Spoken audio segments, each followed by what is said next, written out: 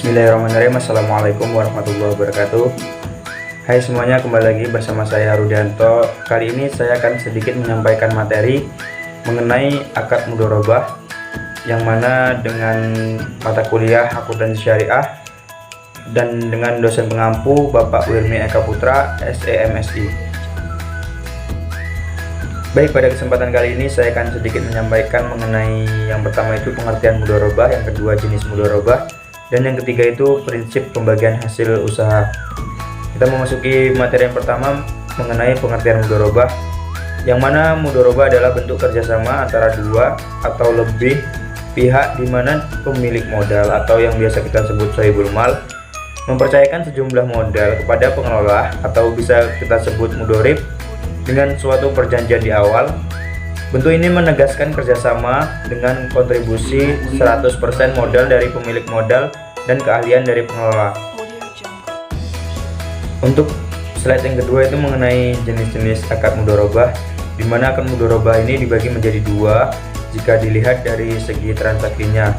Antara lain yang pertama itu mudharabah mutlaqah, di mana usaha yang diajukan oleh mudharib kepada sahibul mal.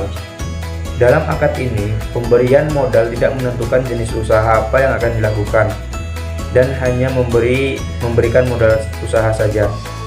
Dan nantinya pemberi modal akan menerima nisbah bagi hasil dari usaha yang berjalan.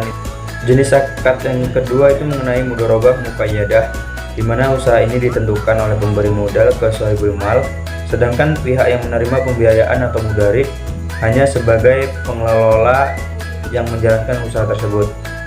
Dimana adapun ketentuan hukum mudharabah antara lain yang pertama itu mudharabah dapat dibatasi oleh periode tertentu. Yang kedua, kontrak tidak boleh dikaitkan atau mu'alaq dengan sebuah kejadian di masa depan yang belum tentu terjadi. Yang ketiga itu tidak ada ganti rugi dalam mudharabah karena akad ini pada dasarnya bersifat amanah, kecuali akibat dari kesalahan yang disengaja, kelalaian atau pelanggaran kesepakatan.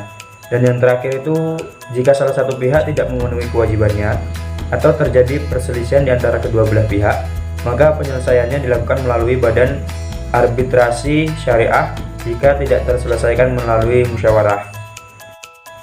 Kita memasuki materi yang ketiga mengenai prinsip pembagian hasil usaha, di mana pembagian hasil usaha di antara para pihak atau mitra dalam suatu bentuk usaha kerjasama boleh didasarkan pada prinsip bagi untung atau profit sharing, yakni bagi hasil yang dihitung dari pendapatan setelah dikurangi biaya pengelolaan dana, dan boleh pula didasarkan pada prinsip bagi hasil atau revenue sharing, di mana yakni ini bagi hasil dihitung dari total pendapatan pengelolaan dana dan masing-masing memiliki kelebihan dan kekurangan.